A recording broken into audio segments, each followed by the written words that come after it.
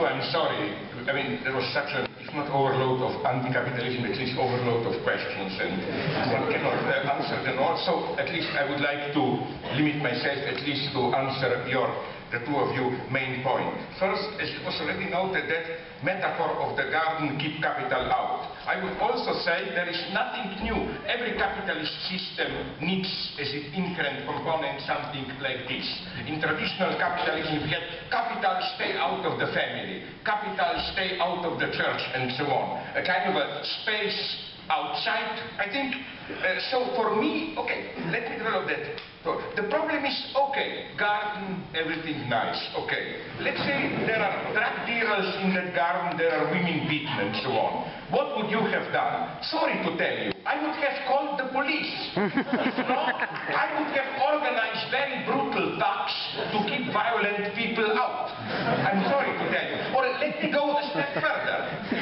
We have not only a gardener, but a group of farmers putting together an efficient cooperative. Then, of course, the capitalist farmers don't just look and send us a telegram with best wishes. They organize a sabotage here and there to prove how a thing like this cannot function. What would you have done? I would have organized a counter-terror. I'm sorry to tell you. Then there, maybe they killed one of us, killed three of us, and so on. I'm sorry to tell you this. Like Chavez now, I have great problems with Chavez. But as it is clear now, I was convinced by statement by Lawrence Eagleburger and so on, that this lack of food temporary in Venezuela, again, I'm not totally defending Chavez. I'm referring to a very specific phenomenon of, it can be proven beyond reasonable doubt, that the lack of food in this state-run stores in Venezuela is not just the spontaneity of the market where out of self-interest merchants or distributors operate like this. It's part of an orchestrated nature of the United States connected with local saboteurs. What do you do here? I'm sorry to tell you, a limited amount of state terror is totally justified to me. You put police on them, you use secret police, you smash them, and so on. Otherwise, sorry, then step down from power. Because, you know, you use this wonderful poetic expression that you had all these gardens went wider, and then Morales, you used the nice term, brought this to a logical conclusion. What is the logical conclusion? All Bolivia didn't become a garden. But the logical conclusion was that the left took power, controls police, controls up to a point. I know of the tension, the army and so on, which is why, to refer to your example, the gardens, if I don't take the term garden in this isolated sense of where you go, but the gardens, let's call them cracks, liberated territories, are, I hope, much safer because of this. Because you can count on the police, that instead of annoying you, it will maybe even protect you. So I absolutely agree with both of you that power, because nonetheless we all share, I thought, something, that power is not just state power. What really matters is local self-organization, or rather productive self-creation, and so on and so on.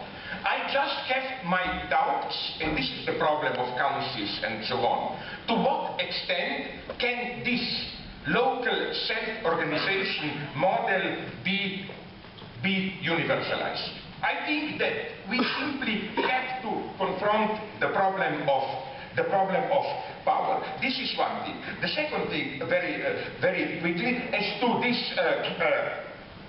Marxist, because they call it counter-attack, Greek made cynical my idea of overload. No, I was talking about propaganda in the wealthiest Western countries where, my God, listen, look at Hollywood.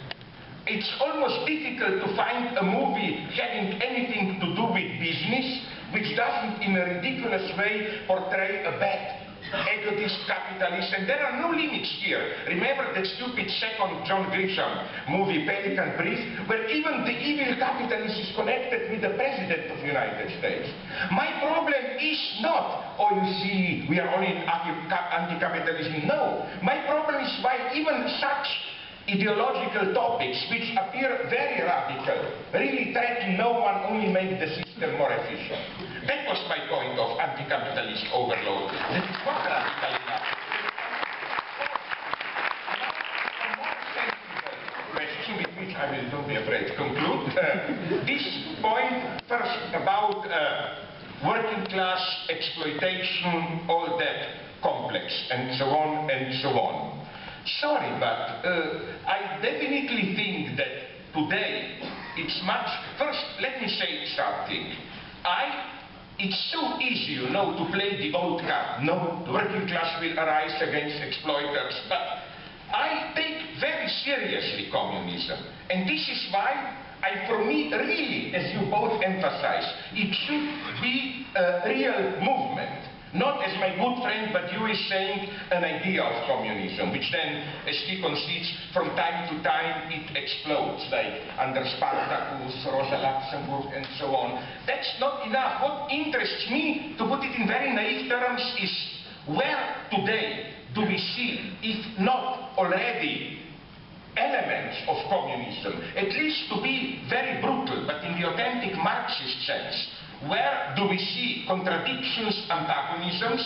This is for me the only real question, my God, for which it is clear that even in the long term, it will not be possible for, no matter how reformed democratic, multicultural, tolerant, liberal democratic capitalism will not be able to, not resolve, but even keep in check these antagonisms. And in a very modest way, I try precisely because I'm also like you, guided by the problem. Let's not dream about abstract communism. Where do we see traces today? I claim ecology, I claim intellectual property, I claim biogenetics, maybe the list is I claim, of course, and this is for me crucial. Here, for example, I claim we should make a step further from Marx.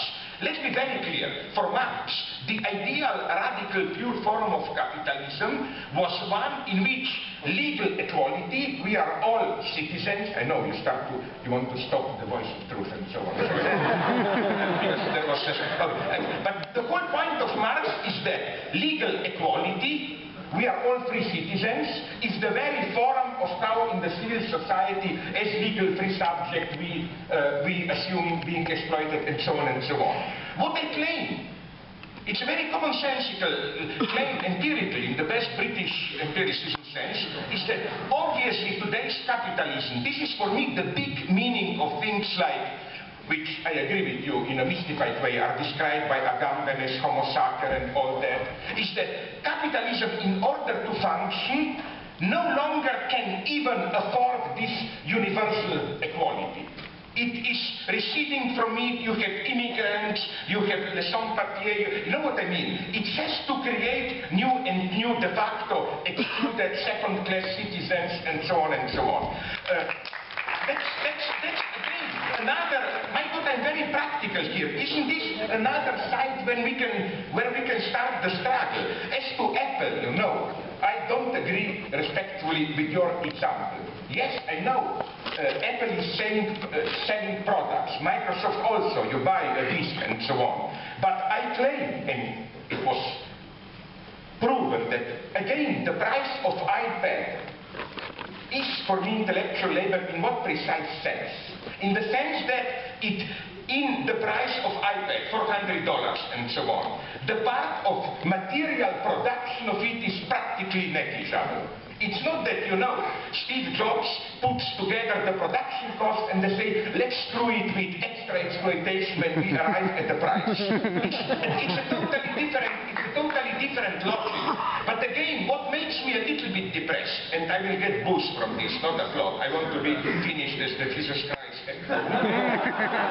is that it depresses me a little bit, you know, this rhetoric shows, no, we're revisionist, intellectual labor, blah, blah, nothing, working class, and so on.